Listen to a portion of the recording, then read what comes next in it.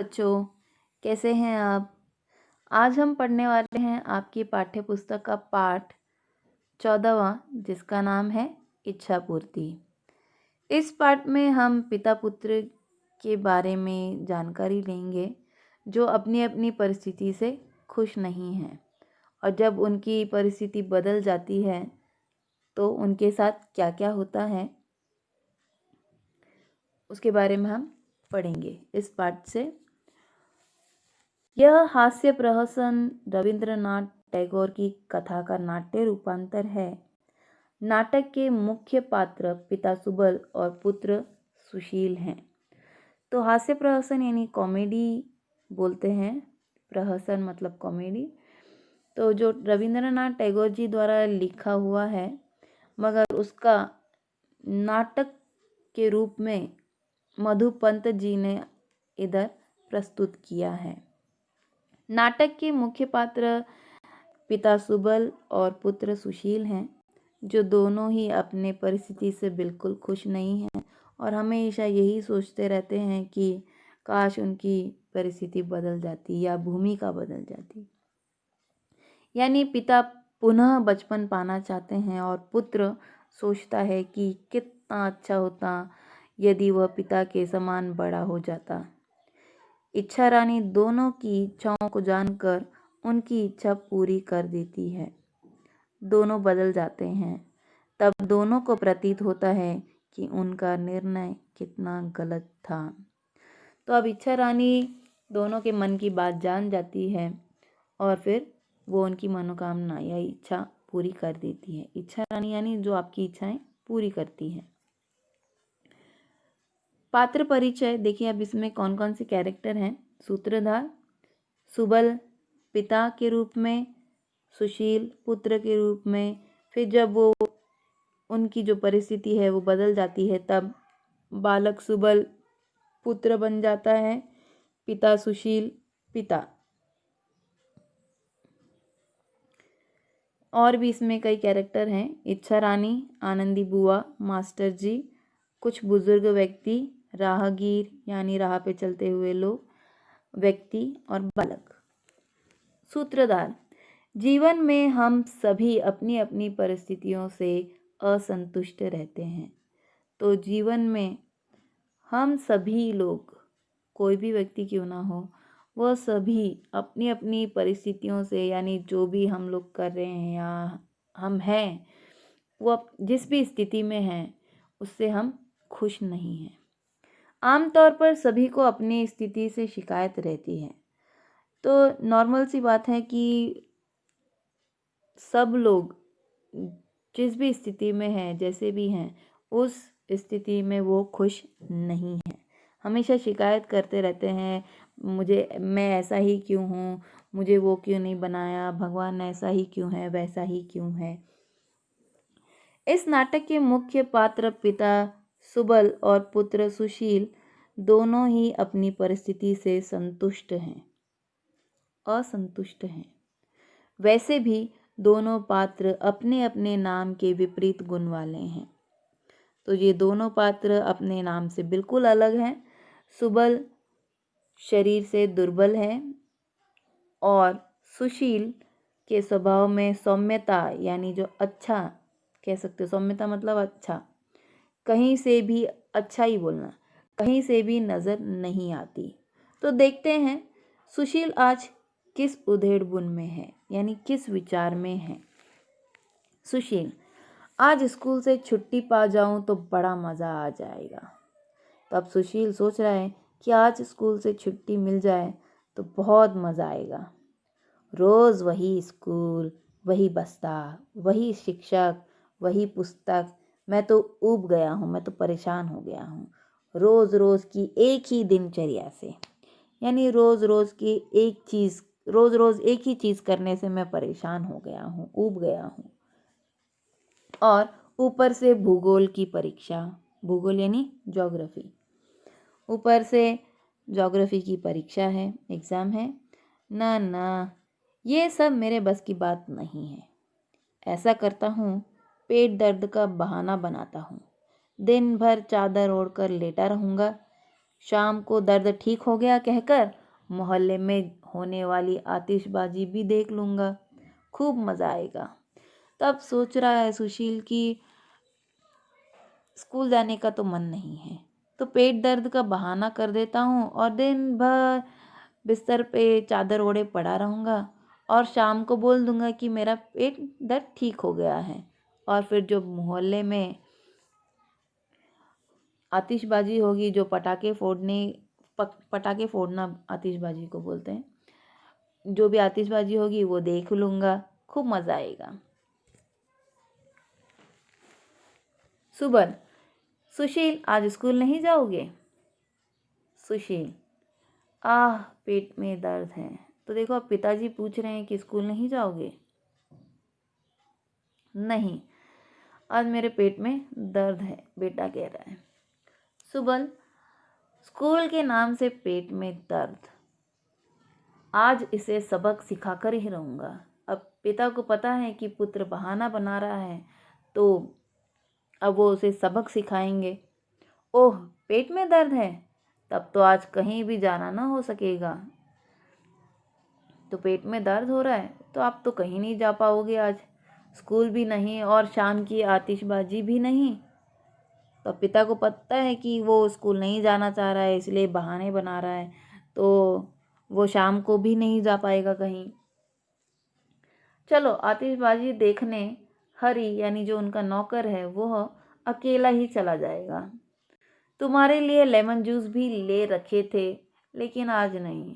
तो जो बेटा है सुशील, उसे लेमन जूस बहुत पसंद है, नींबू पानी, तो वो भी ले रखे थे, मगर तुम्हारे पेट में दर्द है तो तुम कैसे पियोगे? चुपचाप सो जाओ, अभी पाचक बनाकर लाता हूँ। पाचक यानी जब भी पेट में दर्द होता है तो पाचक यानी काढ़ा बना के देते हैं, उसे पाचक कहते हैं। सुशील, क्या मुसीबत मोल ले ली, अब अपनी प्रिय लेमन जूस के बदले पीना पड़ेगा वह पाचक। उसके तो नाम से ही उबकाई आती है। तो अक्सर क्या होता है, काढ़ा कड़वा ही होता है। तो सुशील सोच रहा है क्या मुसीबत हो गई है, अब मैं तो लेमन जूस पी सकता था, अब उसके बदले पीना पड़ेगा मुझे ये पाचक जो बहुत कड़वा होता है, उसके नाम से ही मुझे उल्टी आने लगती है। और आतिशबाजी का कार्यक्रम भी चौपट हो गया। सुबल, लो इसे पी लो। सुशील, नहीं नहीं अब दर्द ठीक है, मैं स्कूल जा रहा हूँ। तो अब पाचक पिलाने के लिए पिताजी बोल रहे हैं, तो अब वो बोल रहे हैं नहीं नहीं पेट दर्द ठीक हो गया है, मैं स्कूल जा रहा हूँ अब। सुबल, ना ना, कोई बदपरहेजी करने की ज़रूरत नहीं है, यानी लापरवाह बनने की कोई ज़रूरत नहीं है। आज पाठशाला जाने की आवश्यकता नहीं है, थोड़ा पाचक पी लो, सब ठीक हो जाएगा। तब पिता को भी पता है वो मजाक कर रहा था, मजाक भी नहीं, बहाने बना रहा था। तो वो कह रहे हैं कि नहीं नहीं कोई ज़रूरत नहीं है और इसे पी लो, सब ठीक हो जाएगा। लो, हाँ हाँ हाँ, शाबाश, लो। ज़बरदस्ती पिताजी पिला देते हैं। अब आंखें बंद करके लेट जाओ। सुशील, अरे यह मैंने क्या कर दिया, काश मैं भी पिताजी की तरह बड़ा होता तो अपनी मन मर्जी का काम करता, काश ऐसा हो जाए। तब सुशील सोच रहा है ये मेरे से क्या हो गया, काश मैं भी अपने पिता जैसा बड़ा होता तो जो मेरे मन में आता मैं वो करता, काश ऐसा हो जाए।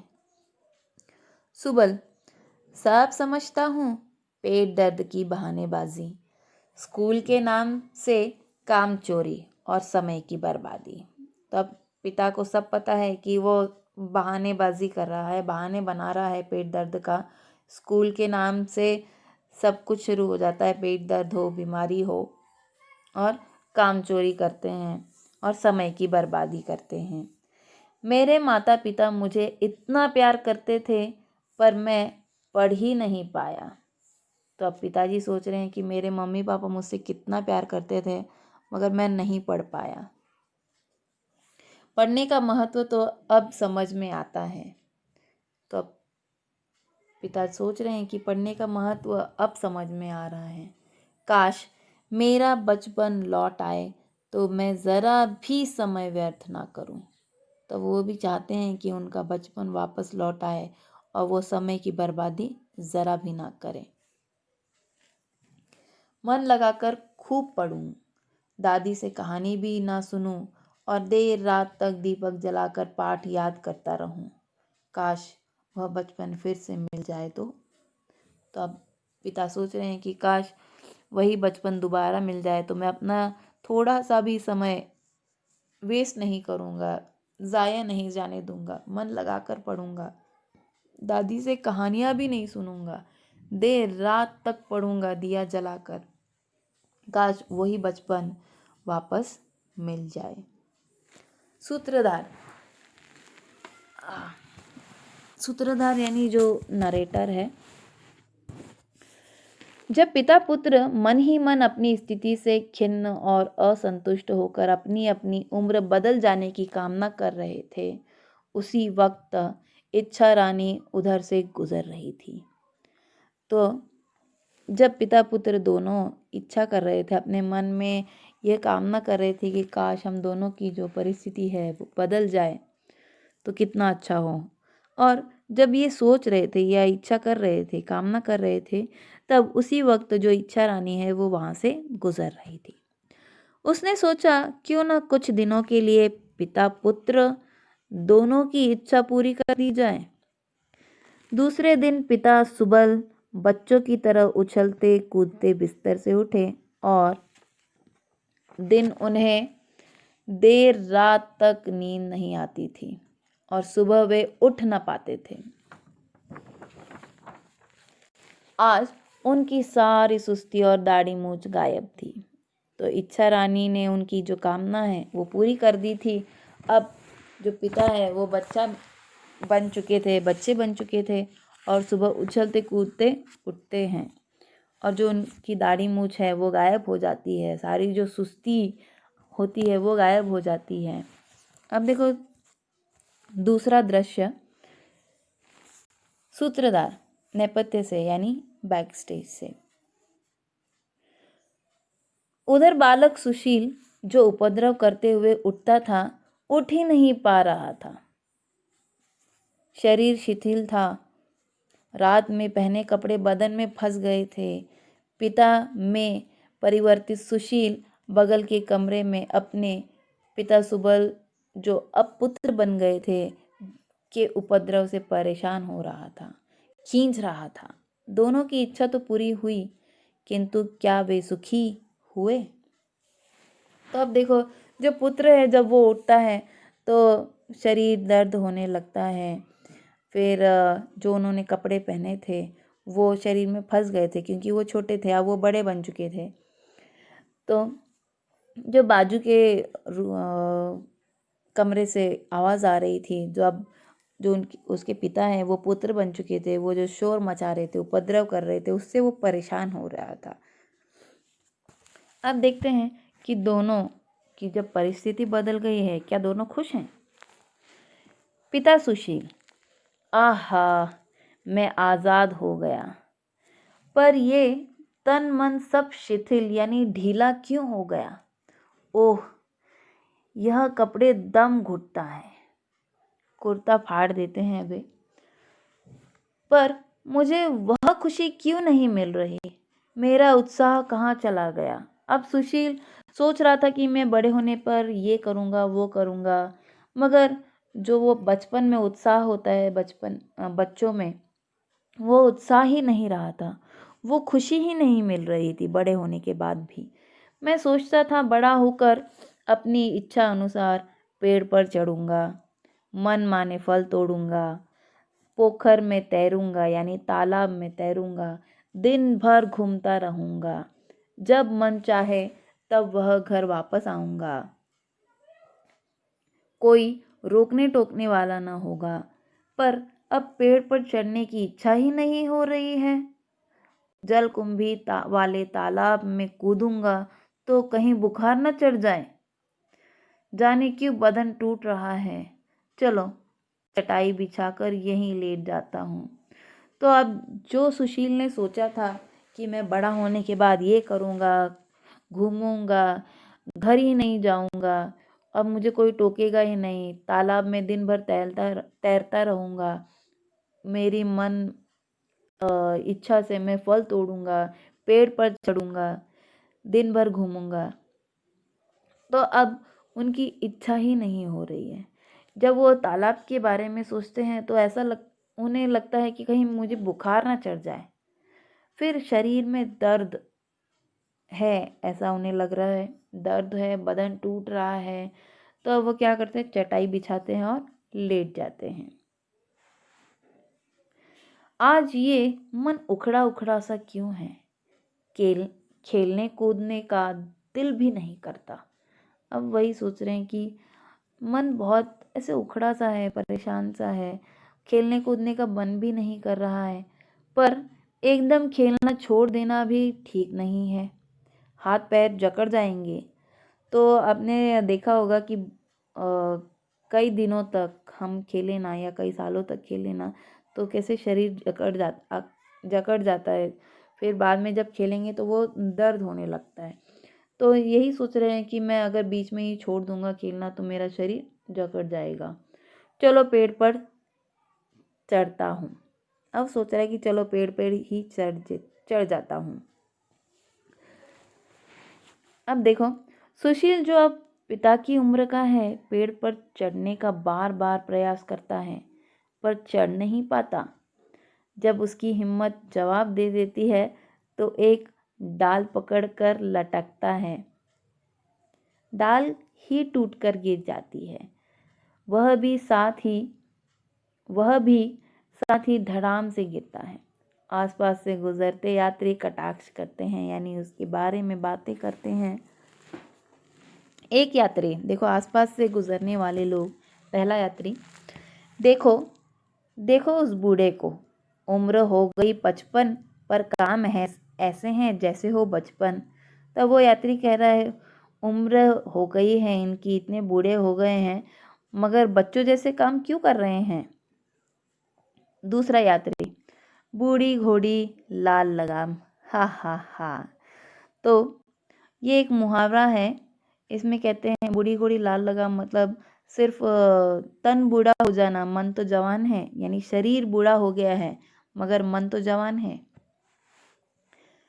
तो अब देखो, पिता सुशील, चलो बाजार से अपने लिए लेमन जूस ले आता हूँ, अब भला क्या रोक टोक। अब सोच रहा है कि चलो बाजार से जो मेरे पसंद का जूस है वही ले आता हूँ, अब मुझे रोकेगा टोकेगा कौन। जेब भर कर लेमन जूस खरीदूंगा और सारा दिन चूसता रहूँगा।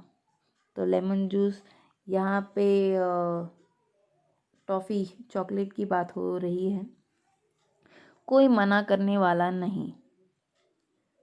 वह लेमन जूस खरीद कर एक मुंह में डालता है। ओह, इसमें आज कोई रस ही नहीं है, बिल्कुल मज़ेदार नहीं है। चलो अपने साथियों के साथ कबड्डी खेलूं। अरे गोपाल, निवारण, अक्षय, मैं भी आ गया खेलने। तीसरा दृश्य, बालक सुबल सोचता था कि जब मेरा बचपन लौट आएगा तो ज़रा भी समय नष्ट नहीं करूँगा, खेल कूद में समय व्यर्थ नहीं गवाऊंगा, खूब पढ़ूंगा। पर अब तो स्कूल जाने का मन भी नहीं करता। अब सुबल जो है उसके पिता, वो पहले सोच रहे थे कि मैं अगर बच्चा बन जाता तो दिन भर पढ़ाई करता, अपना समय वेस्ट नहीं करता, बर्बाद नहीं करता, खूब पढ़ता मैं, मगर अब तो उन्हें स्कूल जाने का मन ही नहीं कर रहा।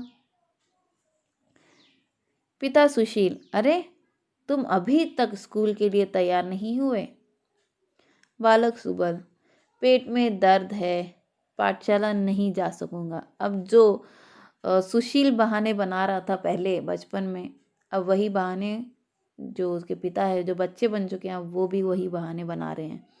पिता सुशील, क्यों नहीं जा सकोगे, खूब समझता हूँ ये सारे बहाने, मुझे सब याद है। मुझे भी विद्यालय जाते समय ये सारी शिकायतें हुआ करती थी। मुझे मूर्ख नहीं बना पाओगे, तुम्हारा कोई बहाना नहीं चलेगा। अब वही बात बोल रहे हैं कि मैं सब जानता हूँ कि ये सब बहाने हैं स्कूल ना जाने के लिए, मगर कोई बहाना तुम्हारा नहीं चलेगा। बालक सुबल अच्छी मुसीबत में पड़ गया। टोका टोका टोकी, रोक टोक, अच्छा छुट्टी के बाद खूब खेलूंगा। तो अब ये टोका टोकी क्या मुसीबत में पड़ गया सोच रहा है, तो छुट्टी के बाद खेलूंगा। पिता सुशील, अरे अरे कहाँ भागे जा रहे थे, चलो चलो इधर बैठो, मैं जब तक रामायण पढ़ता हूँ तुम गणित का ये प्रश्न हल करो। हल होने पर ही खेलने जाने को मिलेगा, तो जब तक मैं रामायण पढ़ रहा हूँ तब तक तुम यहाँ बैठकर गणित का ये प्रश्न हल करो, यानी सॉल्व करो, तभी तुम खेलने जा सकोगे। बालक सुबल, बाप रे बाप, इतना कठिन प्रश्न, इसे हल करने में ही घंटों लग जाएंगे, खेलने का समय ही नहीं बचेगा। रात को फिर मास्टर जी आ जाएंगे, लगता है मुझे पढ़ाई में ही जुटा रहना पड़ेगा। तो अब सुबल सोच रहा है कि अब इस प्रश्न का उत्तर ढूंढने में ही या उसे सॉल्व करने में ही मुझे घंटों लग जाएंगे और फिर खेलने का समय ही निकल जाएगा, और फिर जब रात होगी तब उनके मास्टर जी आ जाएंगे उन्हें पढ़ाने के लिए। लगता है पूरा समय आज पढ़ने में ही चला जाएगा। भूख के मारे आते अकड़ गई हैं। मैं जब बड़ा था भोजन पचा नहीं पाता था, तब कम खाता था। मुझे अब ज़्यादा भूख लगती है, कम खाकर कमज़ोर हो रहा हूँ। तब मन में ही सोच रहा है कि बहुत भूख लगी है, और जब मैं बड़ा था तो भोजन मुझसे पचाया नहीं जाता था, इसलिए मैं कम ही खाता था, मगर अब मुझे भूख ज़्यादा लगती है, तो कम खाऊंगा तो मैं कमज़ोर हो जाऊंगा। पिता सुशील, क्या बात है, हो गया सवाल। बालक सुबल, भूख लगी है।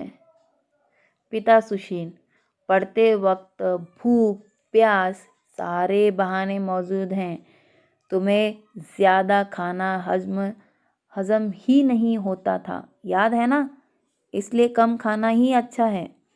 तब पिता सुशील बोल रहे हैं कि जब भी पढ़ने बोला जाए तुम्हें भूख प्यास सब ये सब बहाने याद आते हैं तुम्हें, और यही बहाने बनाते हो। तुम्हें याद है ना कि तुम्हें ज़्यादा खाना पचता नहीं है, इसलिए हमें कम ही खाना चाहिए। सूत्रधार, बालक सुबल का बचपन क्या लौटा, वे मानो मुसीबत में ही पड़ गए। कभी कभी उन्हें ध्यान ही न रहता कि वे बालक हैं, और कई गुस्ताखियाँ यानी गलतियाँ कर बैठते। देखते हैं अतीत की कुछ घटनाएं। तो अब देखो पहली घटना जो उनके साथ घटी थी। बालक सुबल, अरे मास्टर जी ज़रा तंबाकू तो देना। मास्टर जी, क्या कहा, तंबाकू, इतना बिगड़ गया है, चल मुर्गा बनकर खड़ा हो जा, तेरे घर शिकायत भेजनी पड़ेगी। तो अब देखो पहली गलती सुबल करता है, उन्हें याद ही नहीं रहता कि वो अब बच्चे बन चुके हैं, मास्टर जी से तंबाकू मांग लेते हैं, जिससे मास्टर जी बहुत बिगड़ जाते हैं और उन्हें मुर्गा बना देते हैं। अब देखो दूसरी घटना। बालक सुबल नाई से बोल रहा है, अरे बेटा कितने दिन हो गए, तू मेरी दाढ़ी बनाने क्यों नहीं आया। नाई, लगता है मखौल यानी मजाक करने की आदत पड़ गई है। आता हूँ, दाढ़ी मूंछ सब कुछ बना दूंगा, बस अभी आया 10-1 साल में। तो अब देखो उन्हें ये भी याद नहीं था कि वो अब बच्चे बन गए हैं, और वो नाई से कह रहे हैं कि चलो मेरी दाढ़ी मूंछें काटो करके। तो नाई भी मजाक कर रहा है कि आऊँगा, ज़रूर आऊँगा, जब कुछ 10-1 साल में आ जाऊँगा दाढ़ी मूंछ काटने के लिए। अब तीसरी घटना। एक वृद्ध, देखो क्या कर रहे हैं, बालक सुबल बड़े बूढ़ों के साथ ताश खेलने पहुंच जाता है। एक वृद्ध, जा भाग, बच्चों के साथ खेल। सूत्रधार, इधर बालक सुबल की मुसीबतें बढ़ती चली जा रही थी, तो उधर पिता सुशील का भी बुरा हाल था। जब वह बच्चा था, जहाँ कहीं भी चला जाता, नाच तमाशा कठपुतली देखने में समय की परवाह भी न करता। अब उसे ठंड पकड़ लेती।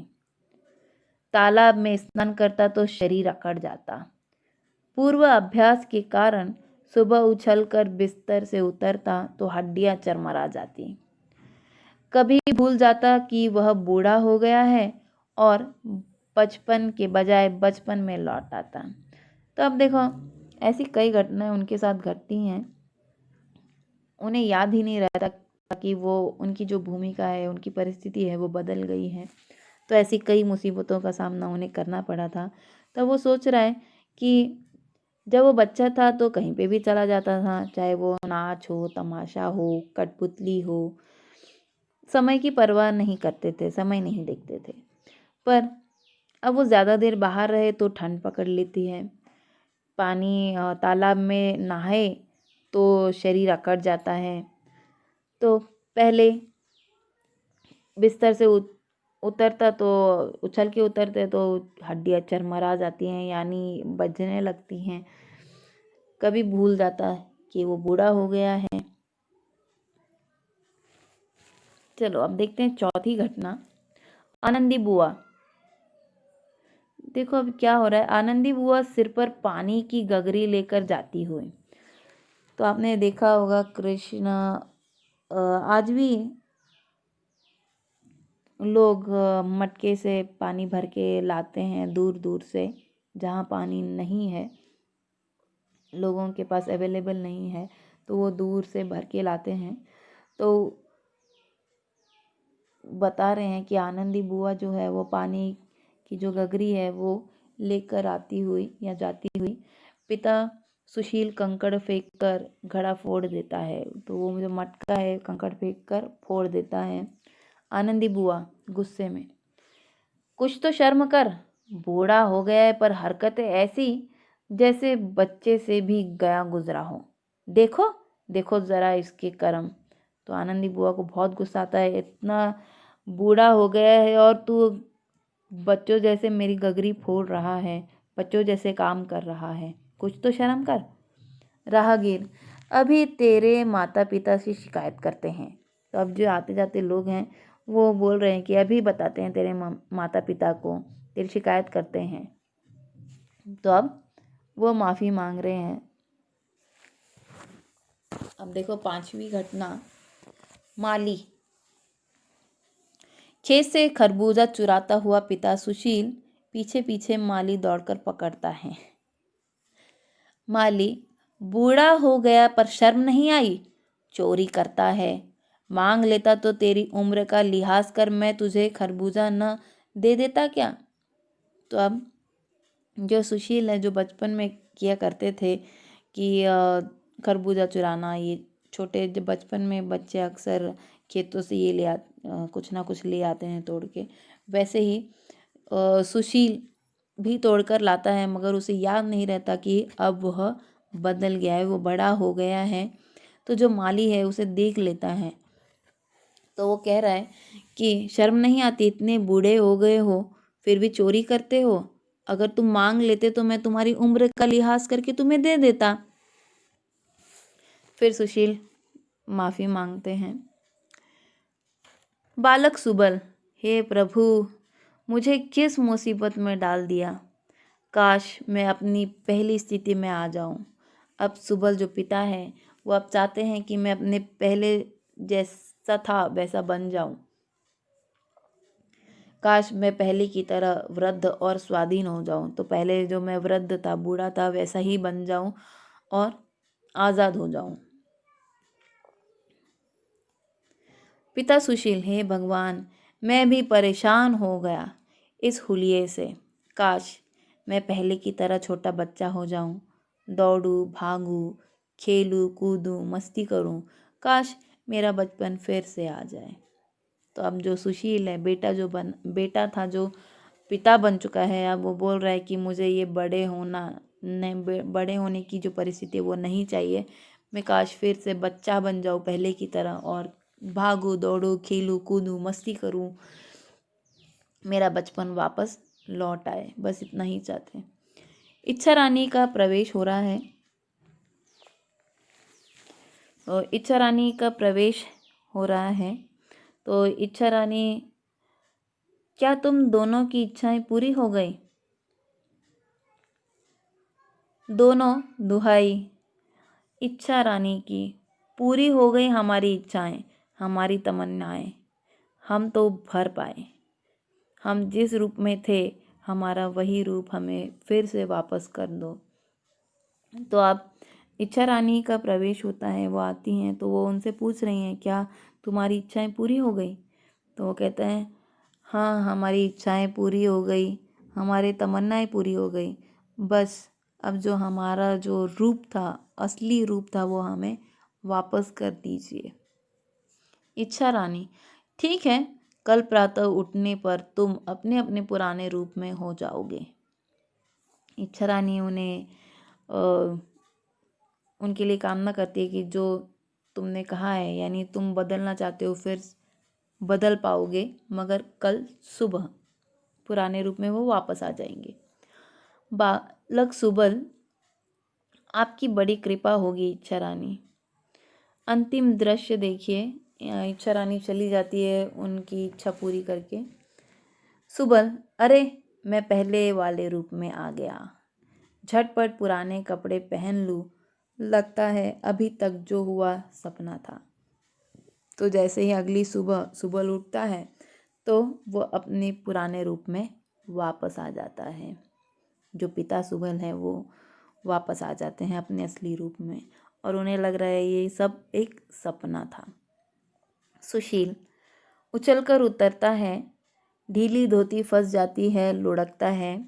तो सुशील जो जिसने सुशील जो बेटा है, पहले वो बड़ा था तो धोती पहनी हुई थी, जैसे ही वो उछल के उतरता है तो वो धोती फंस जाती है और वो गिर जाता है, लुढ़कता है। सुबल, सुशील व्याकरण याद नहीं करोगे? सुशील, पिताजी मेरी पुस्तक खो गई है। तो अब देखो, पिता पूछ रहे हैं कि तुम व्याकरण नहीं पढ़ोगे, याद नहीं करोगे?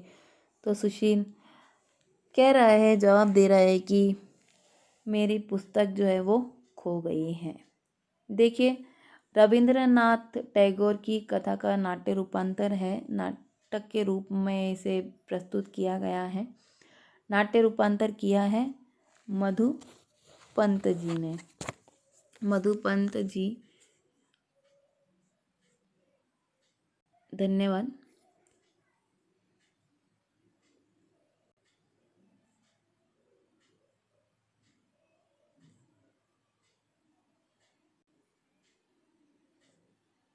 मधुपंत जी, थैंक यू, धन्यवाद।